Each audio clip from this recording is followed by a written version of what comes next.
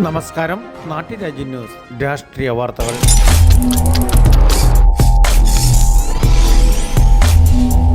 പുതിയതായി തിരഞ്ഞെടുക്കപ്പെട്ട KPCC president MLA കൂടിയായ അഡ്വക്കേറ്റ് സണ്ണി ജോസഫ് തൊടുപുഴയുടെ മണ്ണിൽ. പഴയകാല കോൺഗ്രസിന്റെ പ്രൗഢഗംഭീരമായ സ്വീകരണമാണ് KPCC പ്രസിഡന്റിന് ഇടുക്കിയുടെ കവാടമായ തൊടുപുഴയുടെ മണ്ണിൽ ഒരുക്കിയത്.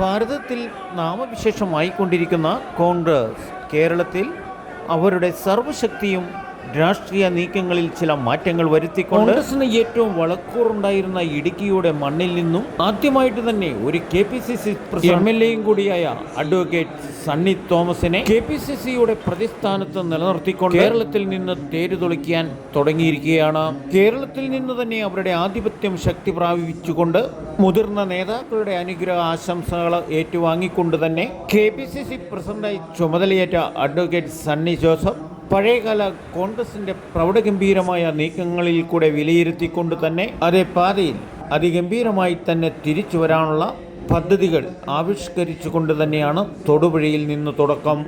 അതുകൊണ്ട് തൊടുപുഴയിൽ നടക്കുന്ന ഈ കൺവെൻഷൻ രാഷ്ട്രീയമായിട്ട് ഭരണ പ്രതിപക്ഷ CPM-ഉം BJP-യും വളരെ കരുതലോടെ തന്നെയാണ് നോക്കിക്കാണുന്നത്.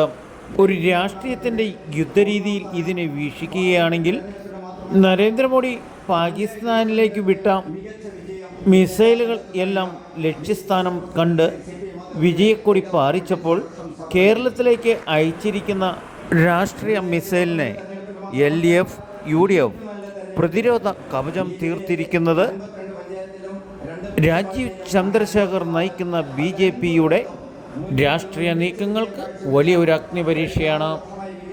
കേരളത്തിൽ പതിവായി നടക്കുന്ന LDF UDF രാഷ്ട്രീയ കച്ചവട രീതികളെ രാജീവ് ചന്ദ്രശേഖർ എന്ന അഗ്നി മിസൈലിലൂടെ ഈ കേരളത്തെ BJP-യുടെ കാവിക്കൊടി പാറിക്കുമോ എന്ന് കാലം കാത്തിരുന്ന് കാണാം. ഒരു പൊതുസമ്മേളനത്തിന് തൊടുപുഴയിൽ ഇതുവരെ കണ്ടിട്ടില്ലാത്ത ജനസ്വാഗതമായിരുന്നു പുതിയ KPCC പ്രസിഡന്റ് അഡ്വക്കേറ്റ് സണ്ണി ജോസഫിനെ സ്വീകരിക്കാൻ തൊടുപുഴ സാക്ഷ്യം വഹിച്ചത്.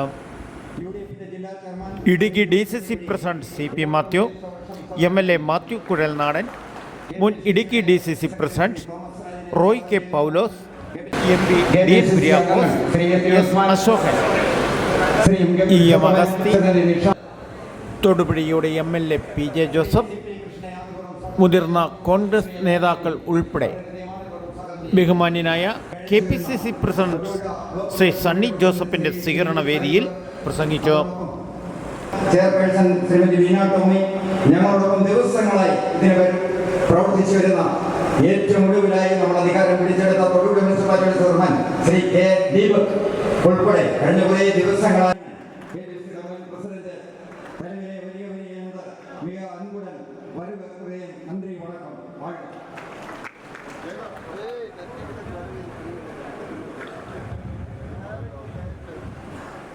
ഉദ്ഘാടന പ്രസംഗം KPCC president advocate Sunny Joseph. തൊടുപുഴയിൽ കേരള പ്രദേശ് കോൺഗ്രസ് കമ്മിറ്റിയുടെ പ്രസിഡന്റായി നിങ്ങളിൽ ഒരുവനായി എത്തിച്ചേരാൻ സാധിച്ചതിൽ വലിയ സന്തോഷമുണ്ട്.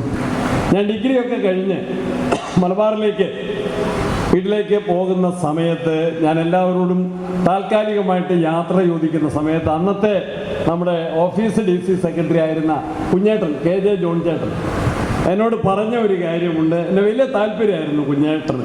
ചേട്ടൻ്റെ മകൻ പോളിനെ ഞാൻ ഓർമ്മിക്കുകയാണ്. ചേട്ടൻ എന്നോട് പറഞ്ഞു, സണ്ണി നമുക്ക് KPCCയിൽ നിന്ന് കാണാമെന്ന് പറഞ്ഞു. KPCCയിൽ നിന്ന് കാണാമെന്ന് പറഞ്ഞു. അത്രയും ഞാൻ വിചാരിച്ചില്ല. പിന്നെ ഞാൻ ഒരിക്കലും പ്രതീക്ഷിക്കാത്തതാണ് പക്ഷേ ചരിത്രത്തിന്റെ നിയോഗത്തിന്റെ അടിസ്ഥാനത്തിൽ എന്നെ പ്രസിഡന്റായിട്ട് പ്രഖ്യാപിച്ച ഉടനെ AK ആന്റണി എന്നെ വിളിച്ച് സണ്ണി, മലയോരത്ത് നിന്ന് ആദ്യമായിട്ട് ഒരു KPCC പ്രസിഡന്റ് എന്ന് പറഞ്ഞു. മലയോരത്ത് നിന്ന് ആദ്യമായിട്ട് ഒരു KPCC പ്രസിഡന്റ് എന്ന് പറഞ്ഞു. അദ്ദേഹത്തെ കണ്ട് അനുഗ്രഹങ്ങൾ തേടി ഞങ്ങൾ എല്ലാവരും അദ്ദേഹത്തെ കാണുന്നതിന് പുതിയ team UDF convener Adoor Prakash, working പ്രസിഡന്റ്മാർ PC വിഷ്ണുനാഥ്, ഷാഫി പറമ്പിൽ, AP അനിൽകുമാർ, ഞങ്ങൾ കുറേ പേര് AK ആന്റണി സാറിന്റെ വീട്ടിൽ ചെന്നപ്പോൾ അദ്ദേഹം വീണ്ടും ഇത് പറഞ്ഞു. മലയോരത്ത് അദ്ദേഹം പറഞ്ഞു, ഞാൻ തീരപ്രദേശത്തു നിന്ന് വന്ന, ഞാനും വയനാടറിയും ഒക്കെ തീരപ്രദേശത്തു നിന്ന് വന്ന KPCC പ്രസിഡന്റ്മാരായിരുന്നെങ്കിൽ മലയോരത്തിന്റെ പ്രതിനിധിയായിട്ട് ആദ്യമായ ഒരു KPCC പ്രസിഡന്റ് വരികയാണ്. അതുകൊണ്ട് ഞാൻ നിങ്ങളുടെ പ്രതിനിധിയാണ്, പ്രത്യേകിച്ച് ഇടുക്കിയുടെ മകനാണ്, ഇടുക്കിയുടെ പ്രതിനിധിയാണ് എന്ന അഭിമാനത്തോടെ, സന്തോഷത്തോടെ, പ്രതീക്ഷയോടെ പറയാൻ ഞാൻ ആഗ്രഹിക്കുകയാണ്. ആ ഉത്തരവാദിത്വത്തിന്റെ നിർവഹണത്തിൽ ആദ്യമേ നന്നായിട്ട് മുന്നേറാൻ ഞങ്ങൾക്ക് സാധിച്ചു. ഞാൻ ഒറ്റയ്ക്കല്ല. AICC നേതൃത്വം ഞങ്ങളെ വിളിപ്പിച്ചിരുന്നു. പുതിയ ടീമിനെയും സീനിയർ ആയിട്ടുള്ള നേതാക്കന്മാർ ശ്രീ K. സുധാകരൻ, രമേശ് ചെന്നിത്തല, പ്രതിപക്ഷ നേതാവ് ഉൾപ്പെടെയുള്ള ആളുകളെ, KC വേണുഗോപാൽ ഉൾപ്പെടെ, രാഹുൽജിയും ഖാർഗെജിയും ഞങ്ങളെ ഡൽഹിക്ക് വിളിപ്പിച്ചു. അവർ ചോദിച്ചപ്പോഴും ഞാൻ പറഞ്ഞത്, ഞങ്ങൾ വളരെ ശക്തരാണ്, ഒറ്റയ്ക്കല്ല, ഒന്നിച്ച് നിന്നാൽ, ടീമായി നിന്നാൽ ഞങ്ങൾ വളരെ ശക്തരാണ് എന്ന് ആത്മവിശ്വാസത്തോടെ പറയാൻ സാധിക്കും.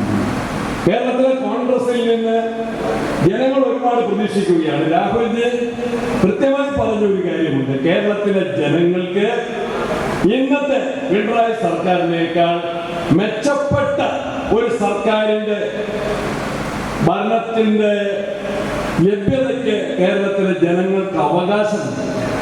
പിണറായി സർക്കാരിനേക്കാൾ മെച്ചപ്പെട്ട ഒരു ഭരണം അത് കേരള ജനത ആഗ്രഹിക്കുന്നു.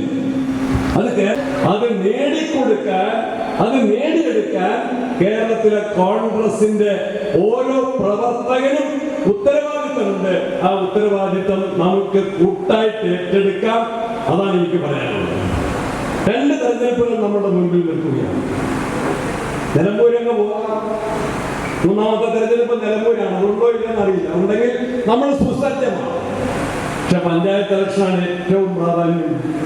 2010 ഞാൻ ഓർമ്മിക്കുന്നു, 2010 അച്യുതാനന്ദൻ ഗവൺമെന്റിന്റെ കാലത്ത് 2010 കേരളത്തിൽ നമുക്ക് ചരിത്ര വിജയം തദ്ദേശ തെരഞ്ഞെടുപ്പിൽ നേടാൻ സാധിച്ചു. ഇടുക്കിയിൽ എന്റെ ഓർമ്മ ശരിയാണെങ്കിൽ മുഴുവൻ ജില്ലാ പഞ്ചായത്ത് സീറ്റുകളും UDF ജയിച്ചു. കോൺഗ്രസ് മെജോറിറ്റി സീറ്റുകളിൽ കോൺഗ്രസ് ജയിച്ചു ഇടുക്കിയിൽ. ആ തദ്ദേശ തെരഞ്ഞെടുപ്പിന്റെ മോഡലിൽ ഇപ്പൊ വാർഡ് വിഭജനം അശാസ്ത്രീയമാണ്, നമുക്ക് എല്ലാവർക്കും അറിയാം. ചെരുപ്പിന് അനുസരിച്ച് കാല് മുറിക്കുന്നത് പോലെയാണ്. കാലിനനുസരിച്ച് ചെരുപ്പാണ് മുറിക്കേണ്ടത്, പക്ഷെ ചെരുപ്പിനനുസരിച്ച് കാല് മുറിക്കുന്ന ശൈലിയാണ് പിണറായി വിജയൻ സ്വീകരിച്ചിട്ടുള്ളത്. എങ്കിലും നമുക്ക് ജനങ്ങളുടെ വലിയ പിന്തുണയുണ്ട്. അഴിമതി ഭരണമാണ് പിണറായി വിജയൻ്റെത്. അദ്ദേഹം ഈ 4ാം വാർഷികം ആഘോഷിക്കുന്ന സന്ദർഭത്തിൽ സർക്കാരിന്റെ പ്രോഗ്രസ് കാർഡ് അവതരിപ്പിച്ചു. എന്താ പ്രോഗ്രസ് കാർഡ്? ഒരു പ്രോഗ്രസും ഇല്ല. ജനപക്ഷത്ത് നിന്ന് എന്തെങ്കിലും പ്രവർത്തിച്ചിട്ടുണ്ടോ? കേരളത്തിൽ ഇന്നത്തെ വാർത്ത എന്താണ്? പബ്ലിക് സർവീസ് കമ്മീഷൻ ചെയർമാന്റെ ശമ്പളം ഒരു മാസം 4,10,000 വർദ്ധിപ്പിച്ചു. PSC മെമ്പർ, ഒരു പബ്ലിക് സർവീസ് കമ്മീഷൻ അംഗം കേരളത്തിലെ ഖജനാവിൽ നിന്ന് ഒരു മാസം വാങ്ങുന്ന ശമ്പളം 4 ലക്ഷമായിട്ട് വർദ്ധിപ്പിച്ചു. ഈ വർധനവിന് മുൻകാല പ്രാബല്യവും കൊടുത്തു. PSC 4 ലക്ഷമായിട്ട് വർദ്ധിപ്പിച്ചു, ചെയർമാന് 4,10,000, അതിന് മുൻകാല പ്രാബല്യം കൊടുത്തു. എന്നാൽ ആശാ വർക്കേഴ്സ് കഴിഞ്ഞ 100-ലേറെ ദിവസങ്ങളായി തിരുവനന്തപുരത്ത് നടത്തുന്ന കണ്ണീർ സമരത്തെ കാണാൻ പിണറായി സർക്കാരിന്റെ കണ്ണ് തുറന്നിട്ടില്ല. ആ സമരത്തെ ആക്ഷേപിക്കാൻ, അധിക്ഷേപിക്കാൻ, അവഗണിക്കാൻ. അത് ഏറ്റവും അധികം പ്രശ്നങ്ങൾ നിറഞ്ഞ ഒരു ജില്ലയാണ് ഇടുക്കി.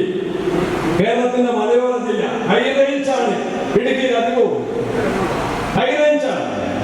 ആ ഹൈറേഞ്ചിലെ മലയോര കർഷകരുടെ പ്രശ്നങ്ങൾക്ക് എന്തെങ്കിലും ഒരു പരിഹാര മാർഗം ഉണ്ടാക്കാൻ ഈ 9 വർഷ വർഷക്കാലം പിന്നിടുന്ന പിണറായി സർക്കാരിന് സാധിച്ചോ?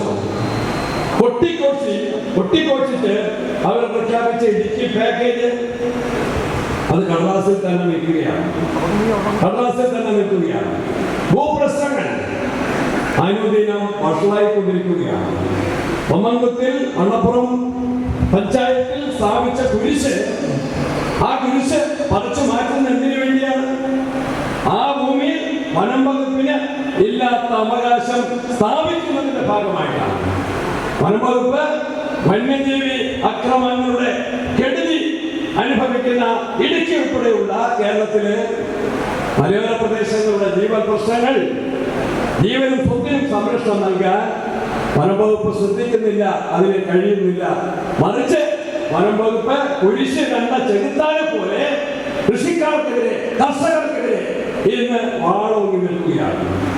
ആദ്യത്തെ ജനവിധി തദ്ദേശ തെരഞ്ഞെടുപ്പായിരിക്കണം. അത് നമുക്ക് നേടിയെടുക്കണമെങ്കിൽ വാർഡ് അടിസ്ഥാനത്തിൽ തന്നെയാണ്. അതിനുവേണ്ടിയാണ് കോൺഗ്രസ് മിഷൻ 2025 നമ്മുടെ ഉത്തരവാദിത്വം ഓരോ ജില്ലയ്ക്കും പ്രത്യേക ചാർജ് കൊടുത്തുകൊണ്ട് ഇവിടെ KPCC ജനറൽ സെക്രട്ടറി ജോസി സെബാസ്റ്റ്യനുടെ ചാർജ് ഉണ്ട്. പക്ഷേ മിഷൻ 2025 ചാർജ് രാഷ്ട്രീയകാര്യ സമിതി അംഗം ശ്രീ ജോസഫ് ആണക്കിന് നൽകി. ആ പ്രവൃത്തി ഏറ്റവും നന്നായിട്ട് നടന്ന ഒരു ജില്ലയാണ് ഇടുക്കി ജില്ല എന്ന് മനസ്സിലാക്കുന്നു. KPCC റിപ്പോർട്ട് ചെയ്തപ്പോൾ നന്നായിട്ട് ചെയ്തിട്ടുണ്ട്. മീറ്റിംഗിന്റെ തന്നെ